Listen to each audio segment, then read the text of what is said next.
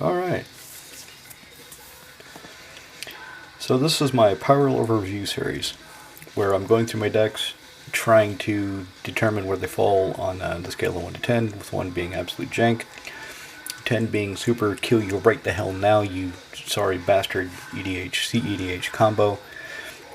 I believe Kaervek is next. I may have already done Kaervek. I should have looked at my back catalog, but I did not. I know I did Ikra Sidar Kondo, and they're about the level of a current precon. They're good, but they're not outstanding. I think Kaervek falls along those same lines. So Kaervek, what does he give me? 7 mana, 5, 1 black, 1 red. That's a lot of mana for a 5/4, isn't it? Yeah, that's pretty crappy. But whenever an opponent plays a spell, he deals damage to target creature or player equal to the spell's CMC. So whenever my opponents cast anything, I can blast something for whatever the hell that spell cost. This is not a good deck. In fact, I forget how the conversation started, but one of my viewers, they even said specifically, you know, Kaervek isn't a great deck, right? And I said, I know, but he's fun. I love playing him. He's one of my oldest decks. And the deck is designed to get him out as quickly as possible and to keep recasting him when he gets killed, which happens inevitably.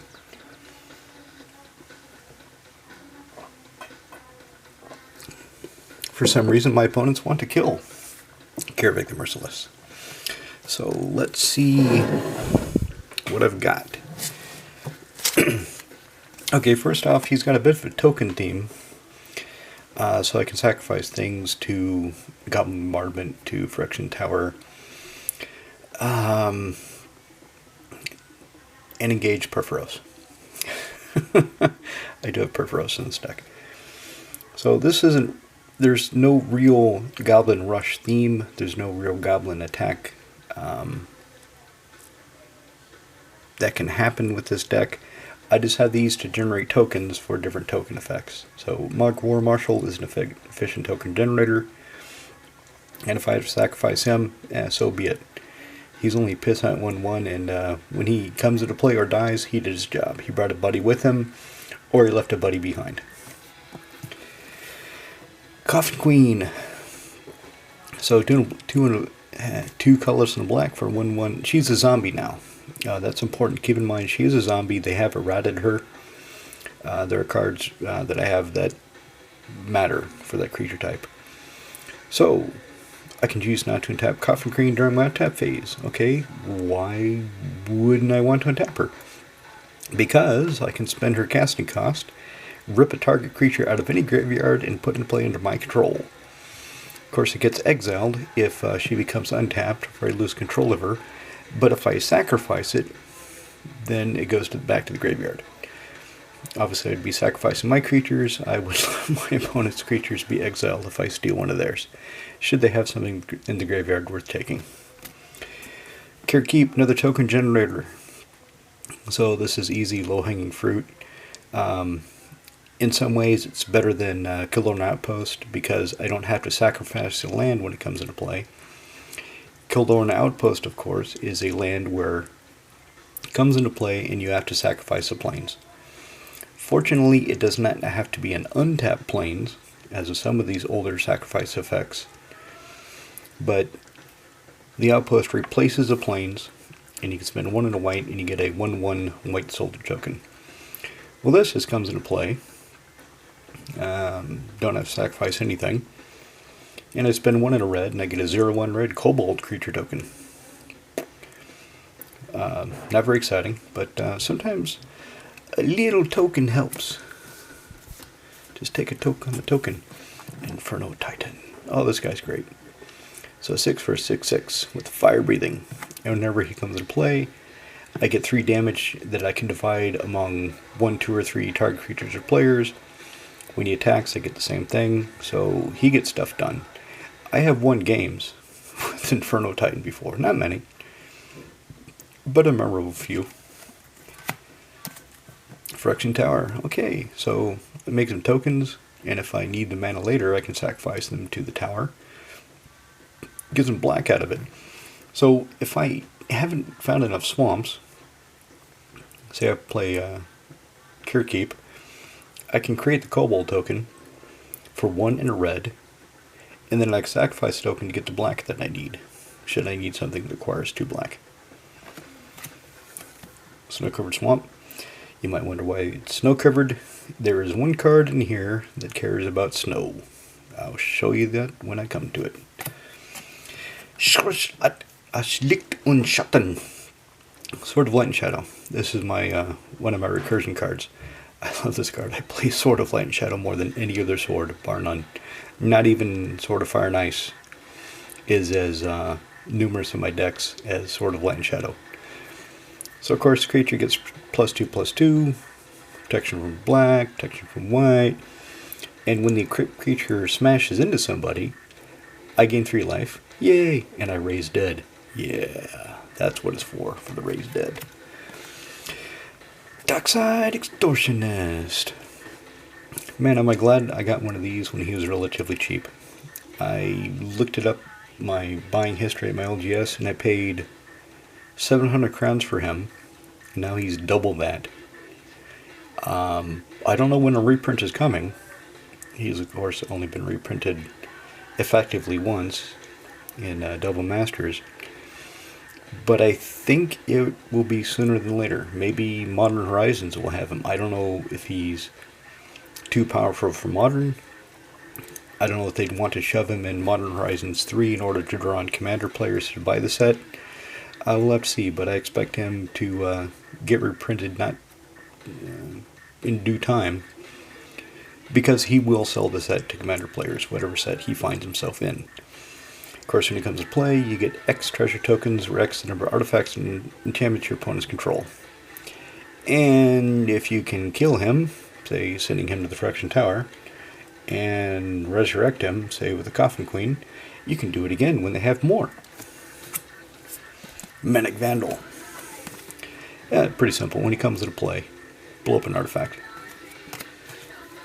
Memory Jar. I used to have Wheel of Fortune in this deck, and I realized giving my opponents 7 cards that refill their hand, and they get to hold on to, kind of hurts me. So I put a Memory Jar. They still get 7 cards, but unless they're instants, they're going to throw them all away at the end of the turn that I sacrificed the jar on. So the jar. Sack it. Everybody exiles all cards from his or her hand, face down, and draws 7 cards.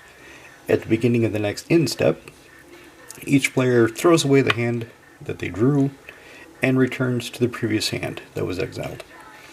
So, like I said, if they don't have instants, they don't have anything that can flash a creature into play, mill 7. Snow-covered mountain. High market. Need some life, sack a creature, gain some life. Snow-covered mountain. Again, I'll explain why it's snow-covered when I get to the end. Goblin bombardment. So this is one of the reasons I have all the token generators. So I can bombard small things that are annoying me. Sometimes bigger things if I get enough tokens.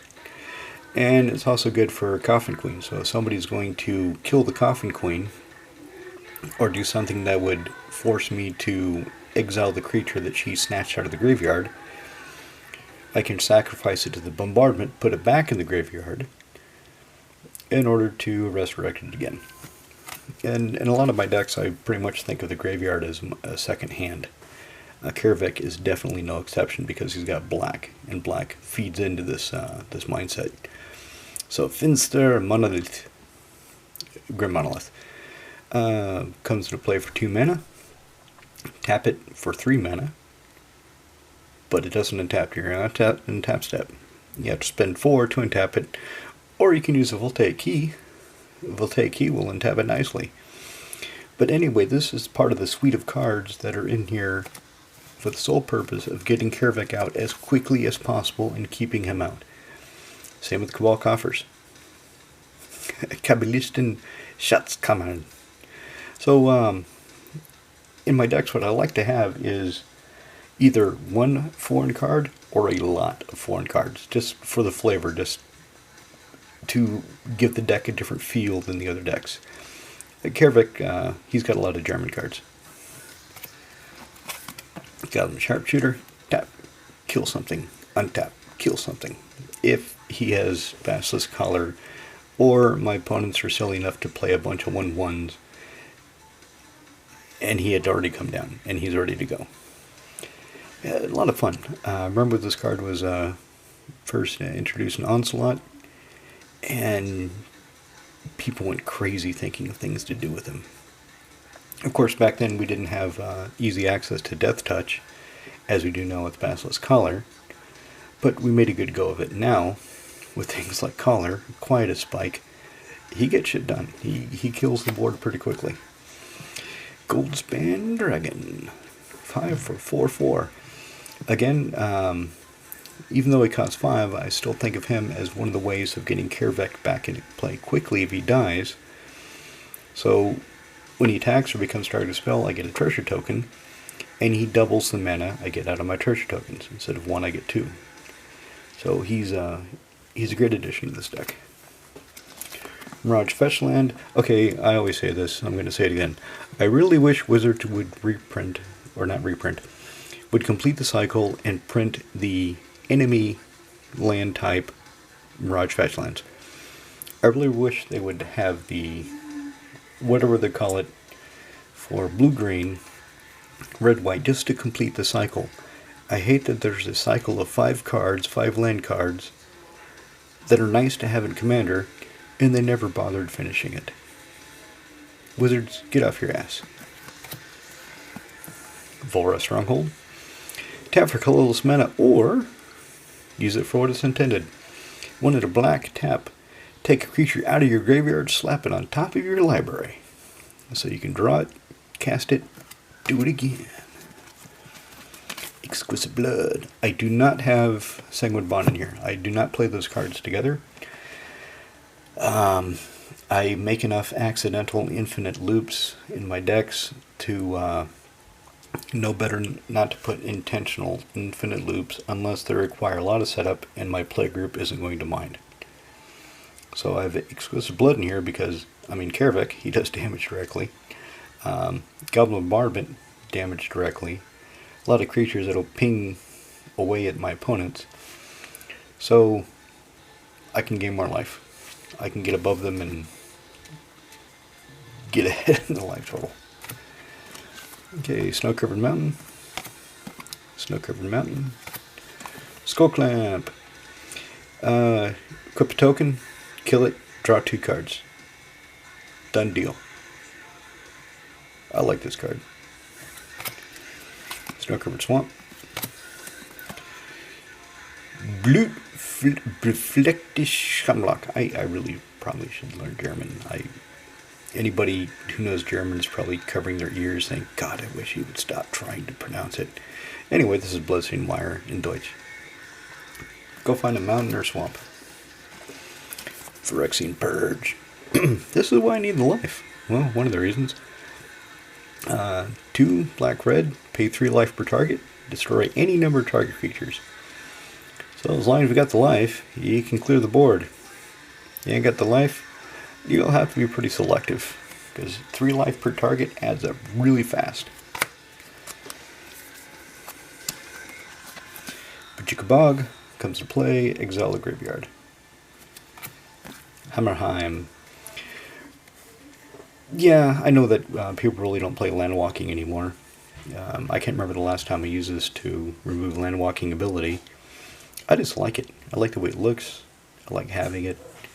I've got the card. I want to play it, so I play it. Besides, this distance lends enchantment to the view and robes the mountain in its azure hue. Anyway, let's keep moving. Cryptghast.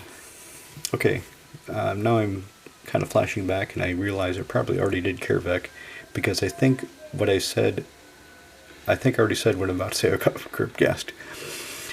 And what I said was, I'm really glad that they reprinted Cryptghast without the reminder text. Some people get tripped up on the reminder text and think that little white symbol means he cannot be in this deck because of commander color identity. No, since it's in italics, it does not actually apply to the game rules as far as the color identity. It's only to remind you what Extort does. And also, whenever I tap a swamp for mana, I add an extra black to my mana pool, so he doubles my swamps. So he's there for the extortion and for the extra mana for the swamps. Okay.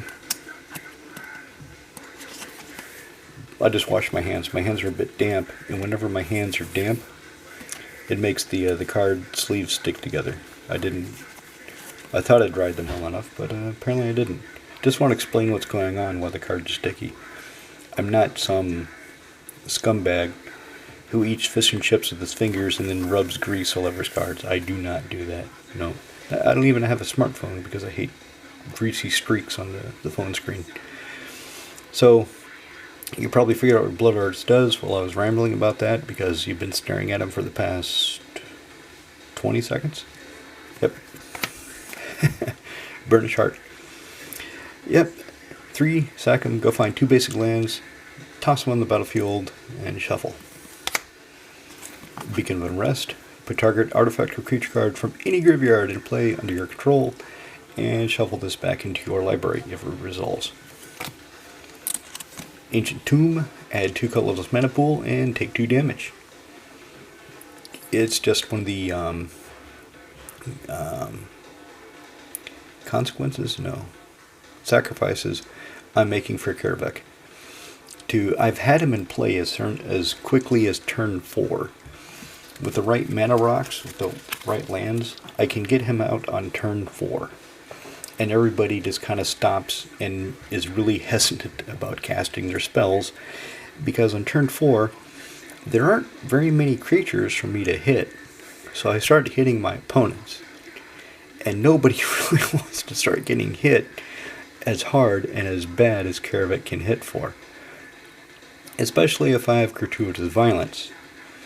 So if a creature I control would deal damage to a creature or player, it deals double. So if Kaervek is in play, and Gratuitous Violence is in play, and somebody casts something as silly as a Signet, well, that's 4 damage. Somebody casts Oracle of Moldiah, that's 8 damage. It adds up really fast. I like Gratuitous Violence. I thought about putting Fiery Emancipation in here, but I like that I have the Onslaught foil, and it needs a home, so Kaervek it is. There it is. Goblin Sharpshooter's best little friend. Equip creature has Death Touch lifelink. So, tap, kill a creature, gain some life, untap. Tap, kill a creature, gain some life, untap. Duck, duck, duck, duck, duck, duck, duck. Gun them all down. Swamp. Darksteel Plate. Because I need a way to keep Kaervek alive, because people try to kill him for some reason. For some reason, they just don't like him. I don't know. He works for me. Kokusho, the Evening Star. Yeah, when Kokusho dies, everybody loses 5 life but me, and I gain the life they lost. Which is cool. Some of the effects, and I'll complain about it when I see them. It says, your opponents each lose 3 life. You gain 3 life. Okay, they lost a collective total of 9, and I'm only gaining 3? I don't like that. Can't I just have the 9? No, you can't, because we're not doing that anymore. Just take your 3 life, be happy, shut up, and go home. Keep playing. Buy cards. Okay, thank you, Wizards. But Kokusho still says you gain life equal to the life lost this way. If I'm missing some cards, if there's some cards that do say that still, or say that now, let me know, because I want to look at them. Erebos, God of the Dead. Your opponents can't gain life. It's amazing how that randomly screws people. I play Erebos once, and my opponent looked at it, said, what does that do again? And I said, well, he's indestructible. As long as my devotion to black's less than 5, which at the time it was less than 5, He's not a creature. My opponents can't get... Wait, you... What? My opponents cannot gain life. Oh, you asshole. Why would you play that? So you can't gain life? So I can kill you faster? And, I can pay 2 life to draw a card? Oh, god damn it. German Urborg, Tomb of Yawgmoth. Oh, lands a Sumpf. In addition to the other types. Snow-covered Mountain. Vergelter Lotus. Maybe if I slow down and try not to rush it, I could pronounce it properly. But probably not. Anyway, cost 5. Tap it. Add 3 mana of any one color to your mana pool. Mountain. Micaeus the Unhallowed. He's intimidating. Whenever a human deals damage, you destroy it. I've never ever seen that happen. Ever. I've never had Micaeus in play and had somebody attack me, the human, and it hit me and I destroyed it. Never. But it's there on the card. Okay. He's here, so my other non-human creatures get plus and have undying. Kaervek is a human. So when Kaervek dies, if I have Micaeus, Micaeus is like, he wasn't a human. I don't care about him. He can stay dead. Fuck him. Thanks, Micaeus, you asshole. Molten Slag Heap. Storage land. So, tap, add 1 colorless. Spend colorless, tap it. Put a counter on it. Keep doing this turn after turn after turn, putting a counter on it until you have a bunch of counters. So when somebody kills Kaervek, you can tap this, take off the 9 counters, and cast them with the commander tax. Speaking of Micaeus, here's somebody that he helps. So, Sting Scourger. Sting Scourger is a card that people are surprised that Red has. If any of you like surprise cards that nobody expects, that people have forgotten about, try a Sting Scourger. So he costs 1 in a red, comes into play, he's a 2/2 goblin. And then when he comes into play, return target creature an opponent controls to their hand. That's a blue effect, but they switch it to a red for Planar Chaos. Yeah, he's got Echo. And if Micaeus is out, Micaeus says, hey, why don't you get your ass back out of the grave, get back to work, and bounce something else? And Sting Scourger, of course, says, yeah, okay, boss, whatever. Yeah, let's keep going. Remember what I said about Coffin Queen's type being relevant? This is why. So, Graveborn Muse, 2 black for a 3/3 zombie spirit. Beginning of my upkeep, I draw X cards and lose X life, where X is the number of zombies I control. So Coffin Queen counts for that. If I have Graveborn Muse and Coffin Queen, I draw 2 cards and lose 2 life. Sometimes I don't want to lose the life. Sometimes I want as many zombies as possible because I'm digging for something. I need a card that's going to help me. And I want her to help me get to it. Yes, Phyrexian Obliterator. Took me a long time to get a foil one, because I really didn't want to pay the 35-40 euro it cost at the time. And then I was actually trading with somebody 3 years ago? A while ago. And they had one, foil. So I traded for it. And then I had to find a home for it. It cost 4 black. Black. That's pretty heavy. Even for a dedicated 2-color deck like this, it's kind of heavy. But I wanted to play it, so I shoved it into Kaervek. 5/5 trample whenever source deals damage to the Obliterator. That source's controller sacrifices that many permanents. I've not had him in play yet, but I want to. I want to see if he was worth what I traded for, which I can't remember. Maybe it was just paper with numbers on it. It might have been that. I might have just traded some paper with pretty pictures and numbers on it for the Obliterator. Anyway, like I said, it was a while ago. Mountain, Dragon Skull Summit. This is why there's the snow-covered lands. Blood on the Snow. I like this card.